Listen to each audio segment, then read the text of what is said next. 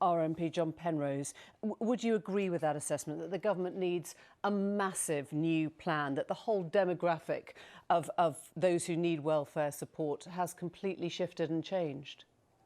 Yes, I mean, Louise is absolutely right to say we've got to think big and we've got to think long, because it's all very well to come up with short-term fixes which are necessary to get people through the current pandemic and the immediate aftermath. But if we're going to address the underlying fundamental causes of this, and this thing has got so much bigger because of the shock of the pandemic, then we're going to have to look at how do we reduce housing costs? You already said that the housing costs in London are much higher than the rest of the country. How do you deal with training so that people who've lost their jobs because jobs are going to change as a result of the pandemic, how do we reskill them? How do you deal with childcare costs? You heard several of the people in that report talking about the fact they couldn't afford childcare and that had kept them out of work.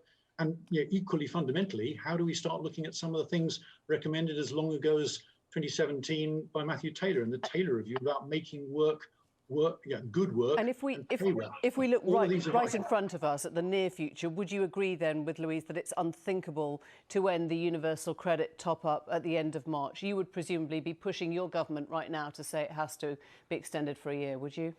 Well, the Chancellor's already extended many of the schemes up until March. Yeah, I think what he's trying to do is to much will depend on how fast we come out of the pandemic and how fast the economy returns to normal. We're not going to be out of the woods, presumably, by the end of March. So, I mean, presumably you'd say, yes, that has to be extended for a year, would you? It's looking increasingly unlikely. I don't want to preempt what the Chancellor will say in his budget, but the pressures for some kind of an extension will only grow if the economy doesn't rebound faster. And ultimately, the economy is the thing that pays for all, and our taxes pay for all the benefits. So the economy's got to start working again in order for us to be able to afford all of this.